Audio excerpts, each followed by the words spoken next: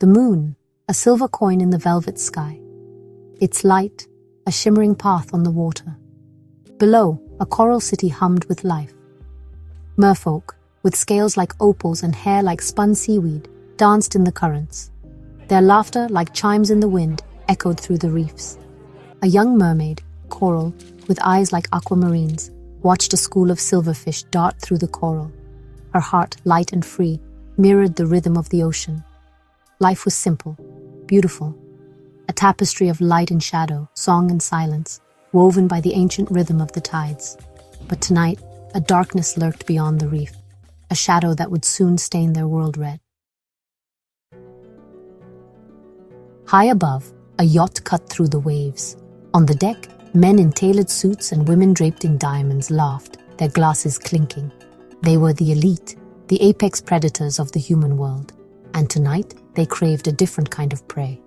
They say the mermaids here sing the most haunting melodies. A man with eyes as cold as the ocean depths chuckled, swirling the amber liquid in his glass. And their flesh, a delicacy beyond compare. His words hung in the air, heavy with a chilling anticipation.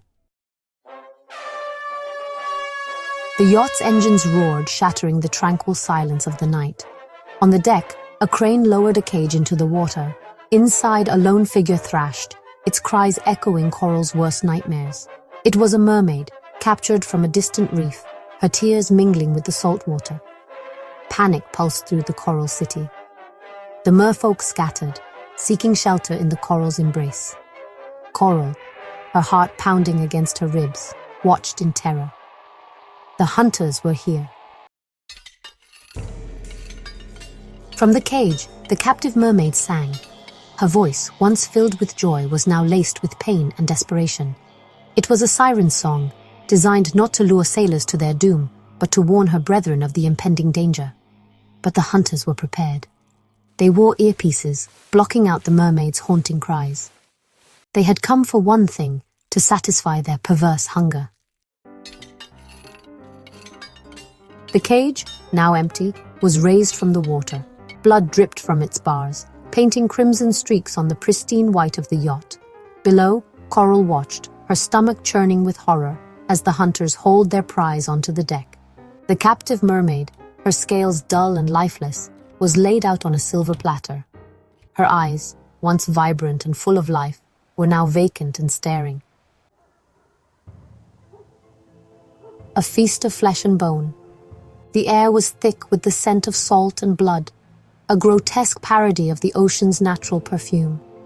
Laughter and conversation flowed freely as the elites prepared to feast on the mermaid's flesh. Their faces, illuminated by the soft glow of the lanterns, were masks of grotesque delight.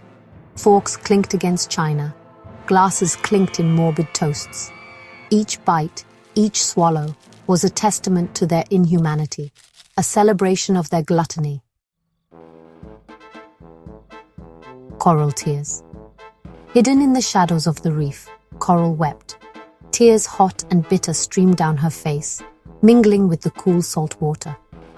She mourned for the fallen mermaid, for the innocence lost, for the sanctity of her world, now irrevocably shattered.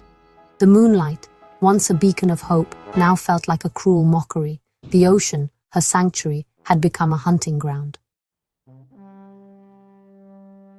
Silence of the deep. The yacht disappeared into the night, leaving behind a trail of oil and the lingering stench of death. The ocean, once alive with the merfolk's laughter and song, was eerily silent. The coral city, once vibrant and teeming with life, was shrouded in a pall of fear. The merfolk, hunted for their beauty, their songs, their very essence, were driven into deeper, darker corners of the ocean. Their world, forever scarred by the greed and cruelty of mankind. A call to action. How long will we tolerate this carnage? How long will we turn a blind eye to the suffering of others, sacrificing their lives on the altar of our own selfish desires? The silence of the deep is a deafening indictment of our actions, a chilling reminder of our capacity for cruelty. We must speak for those who have no voice. We must protect the vulnerable, fight for the innocent, and hold the perpetrators of these atrocities accountable. Only then can we hope to restore the balance, to heal the wounds we have inflicted and ensure that the music of the ocean never falls silent again.